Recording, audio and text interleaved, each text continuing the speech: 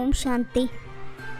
ಜ್ಞಾನದ ಖಡ್ಗದಲ್ಲಿ ಯೋಗದ ಅರಿತವಿರಬೇಕಾಗಿದೆ, ಆಗಲೇ ವಿಜಯವಾಗುವುದು. ಜ್ಞಾನದಲ್ಲಿ ಯೋಗದ ಅರಿತವಿದ್ದರೆ ಅವಶ್ಯವಾಗಿ ಅದರ ಪ್ರಭಾವ ಬೀರುವುದು.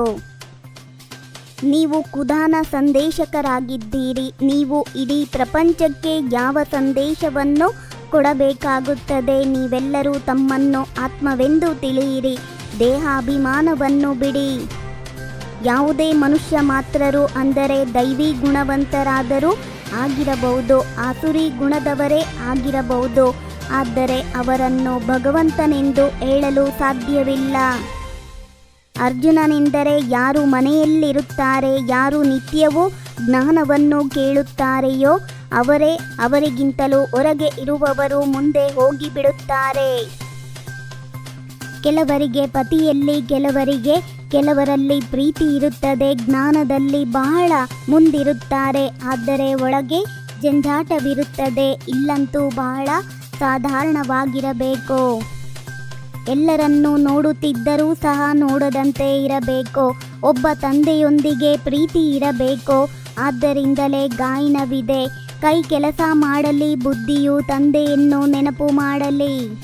ಜ್ಞಾನ ಸಾಗರ ಮತ್ತು ಜ್ಞಾನ ಗಂಗೆಯರು ಈ ಪುರುಷೋತ್ತಮ ಸಂಗಮ ಯುಗದಲ್ಲಿಯೇ ಇರುತ್ತಾರೆ. ಜ್ಞಾನ ಸಾಗರನು ಕಲ್ಪದ ಈ ಪುರುಷೋತ್ತಮ ಸಂಗಮ ಯುಗದಲ್ಲಿಯೇ ಬರುತ್ತಾರೆ. ಪತಿತ ಪಾವನ ಒಬ್ಬರೇ ತಂದೆಯಾಗಿದ್ದಾರೆ. ಅವರು ಬರುವುದು ಒಂದೇ ಬಾರಿ, ಯಾವಾಗ ಹಳೆಯ ಪ್ರಪಂಚವನ್ನು ಪರಿವರ್ತನೆ ಮಾಡಬೇಕಾಗುತ್ತದೆ. ಇದನ್ನು ಅನ್ಯರಿಗೆ ತಿಳಿಸಬೇಕಾಗಿದೆ. ನೆನಪು ಮಾಡುತ್ತಾ ಯಾವಾಗ ಪಾಪಗಳು ಭಸ್ಮವಾಗಿ ಬಿಡುತ್ತವೆಯೋ ಆಗ ಯುದ್ಧವು ಪ್ರಾರಂಭವಾಗಿ ಬಿಡುವುದು.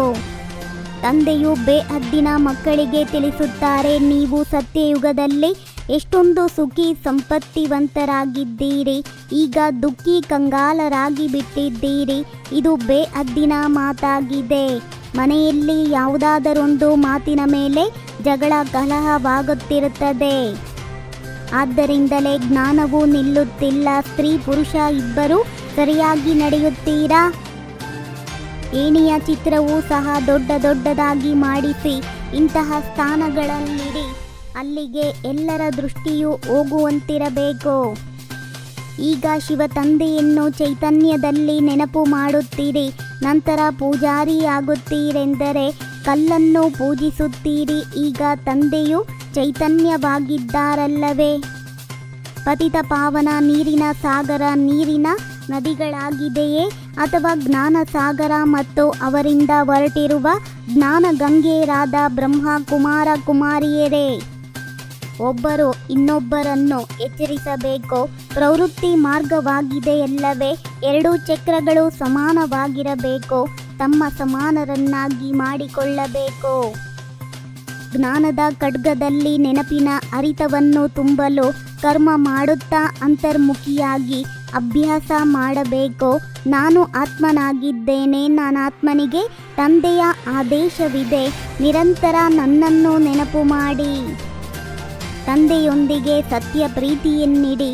ದೇಹ ಮತ್ತು ದೇಹದ ಸಂಬಂಧಿಗಳಿಂದ ಮಮತ್ವವನ್ನು ತೆಗೆದುಬಿಡಿ. ಕ್ರೋಧದ ಅಂಶವನ್ನು ಸಹ ತೆಗೆಯಬೇಕು.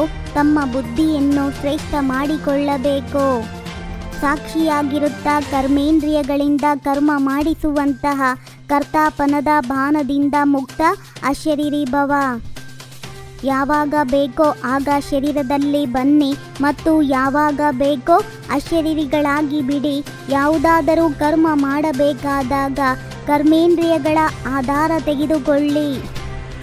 ಕರ್ಮ ಮಾಡುತ್ತಾ ಮಧ್ಯೆ ಒಂದೆರಡು ನಿಮಿಷವಾದರೂ ಸಹ ಅಶರೀರಿಗಳಾಗುವ ಅಭ್ಯಾಸ ಮಾಡಿದಾಗ ಅಂತ್ಯದ ಸಮಯದಲ್ಲಿ ಬಹಳ ಸಾಕಾರ ಸಿಗುವುದು.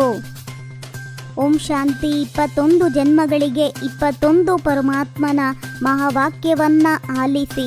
ನಿಮ್ಮದೇ ಆದಂಥ ಈ ಚಾನಲಿಗೆ ಶೇರ್ ಮಾಡಿ, ಲೈಕ್ ಮಾಡಿ, ಸಬ್ಸ್ಕ್ರೈಬ್ ಆಗೋದನ್ನು ಖಂಡಿತ ಮರಿಬೇಡಿ. ಓಂ ಶಾಂತಿ.